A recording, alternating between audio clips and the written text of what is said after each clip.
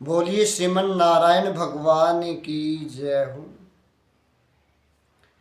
कहते हैं कि जीव आत्मा को जब तक मृत्यु का भय रहता है तब तक उसे शांति प्राप्त नहीं होती। जब जीव को प्रभु अपना लेते हैं, परमपिता परमात्मा उन्हें अपना लेते हैं, तब प्रभु का सेवक काल भी उसे कोई हानि नहीं पहुंचा सकता, जीव को कोई हानि नहीं पहुंचा सकता। उपनिषदों में कहा है कि ईश्वर और जीव एक ही स्थान पर बैठे हैं, परंतु जीवात्मा भगवान को पहचान नहीं पाती हैं। वो उन्हें पहचान नहीं पाती है और सारा जीवन भटकती रहती हैं। कहते हैं कि जब मनुष्य परमात्मा का ध्यान करता है, जब परमात्मा में उसकी लोग लग जाती है, तो वह जीवन धन्य हो जाता है। लेकिन मनुष्य अपने बाह्य अंतर्मुख के कारण, यानी कि बाहर के दिखावे के कारण कि लोग क्या कहेंगे, इसके कारण मनुष्य परमात्मा को पहचान नहीं पाता। इसलिए मनुष्य को अंतर्मुखी होना चाहिए, यानी कि अपने अंदर झांक कर देखना चाहिए कि मुझे परमात्मा को कैसे प्राप्त करना है। ऐसी भावना होनी चाहिए मनुष्य की, तो वो प्रभु को पा सकता है। एक कथा है छोटी सी भागवत के अंदर कि एक गंगा किनारे पर एक संत रहते थे और उस संत के पास कहते हैं कि पारस मणि थी। और एक व्यक्ति को पता लगता है कि इस संत के पास पारस मणि है, वह अगर मुझे मिल जाए तो मेरा जीवन धन्य हो जाए। तो वो उस संत के पास जाकर के संत की सेवा करने लग जाता है। उसने खूब मन लगा करके संत की सेवा की। अब एक दिन जब संत ने कहा कि चलो मैं गंगा जी स्नान कर कर के आता हूँ और वो पारस मणि मैं आकर के तुम्हें दे दूंगा, मैं आपकी सेवा से प्रसन्न हूँ। तो उस मनुष्य के मन में, उस जीवात्मा के मन में भावना होती है कि क्यों न संत के आने से पहले ही मैं वो पारस मणि ले लूं।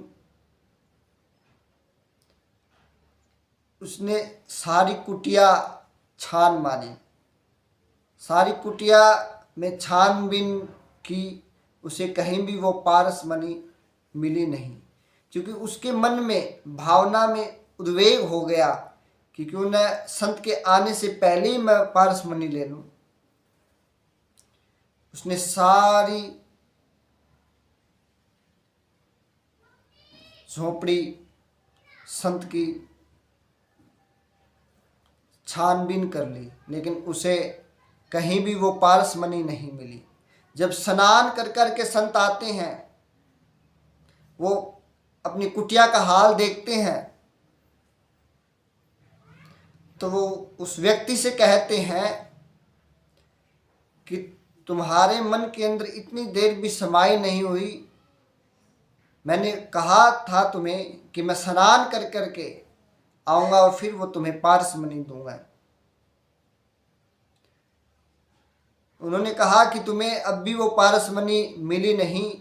वो पारसमणि मैंने उस डिबिया में रखी है, एक लोहे की डिबिया के अंदर उन्होंने वो पारसमणि रखी थी।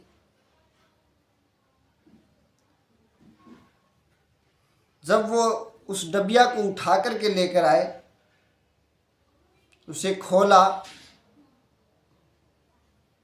तो उस व्यक्ति के मन में विचार आता है, या तो ये संत झूठा है, या ये संत मजाक कर रहा है, या इसके अंदर पारसमणि है ही नहीं। तो उस व्यक्ति ने संत से पूछा कि हे महात्मा,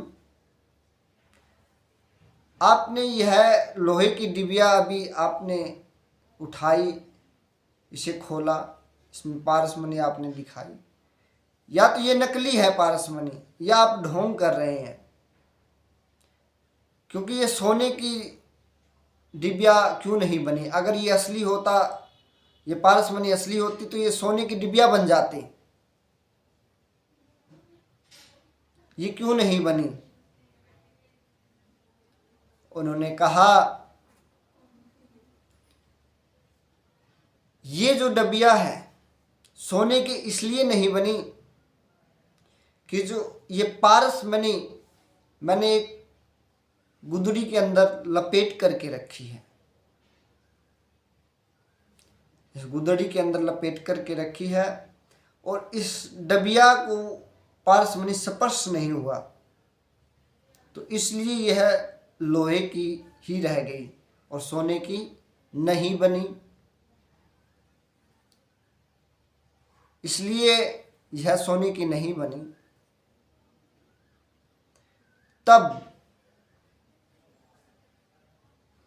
इसी प्रकार भागवत के अंदर भगवान का मिलन तो है, परमात्मा का और जीवात्मा का मिलन तो है, लेकिन इन दोनों के बीच में एक पर्दा लगा हुआ है। जैसे उस पारसमणि और उस डब्बे के बीच में एक पर्दा लगा था, वैसे ही ईश्वर और जीव आत्मा के बीच में एक पर्दा लगा हुआ है। इसलिए जीव आत्मा और परमात्मा एक नहीं हो सकते। अगर जीवात्मा परमात्मा का भजन करे तो उन्हें परमात्मा मिल जाए, लेकिन लोग सोचते हैं कि भक्ति करना आसान है, भक्ति करना आसान है, लेकिन सच में भक्ति करना आसान नहीं है। ये नहीं है कि सुबह उठे, भगवान की पूजा की और फिर सारा दिन भगवान को याद ही नहीं किया। वो तो एक शरीर रूपी भगवान की सेवा हुई, लेकिन मन रूपी सेवा करने के लिए, मन रूपी सेवा करने के लिए भगवान के अंदर लौ जगानी पड़ती है, अपने शरीर के अंदर लौ जगानी पड़ती है, तब जाकर के प्रभु को स्मरण 2400 घंटे करना पड़ता है, तब जाकर के प्रभु मिलते हैं। ऐसे प्रभु नहीं मिलते। जब साधना,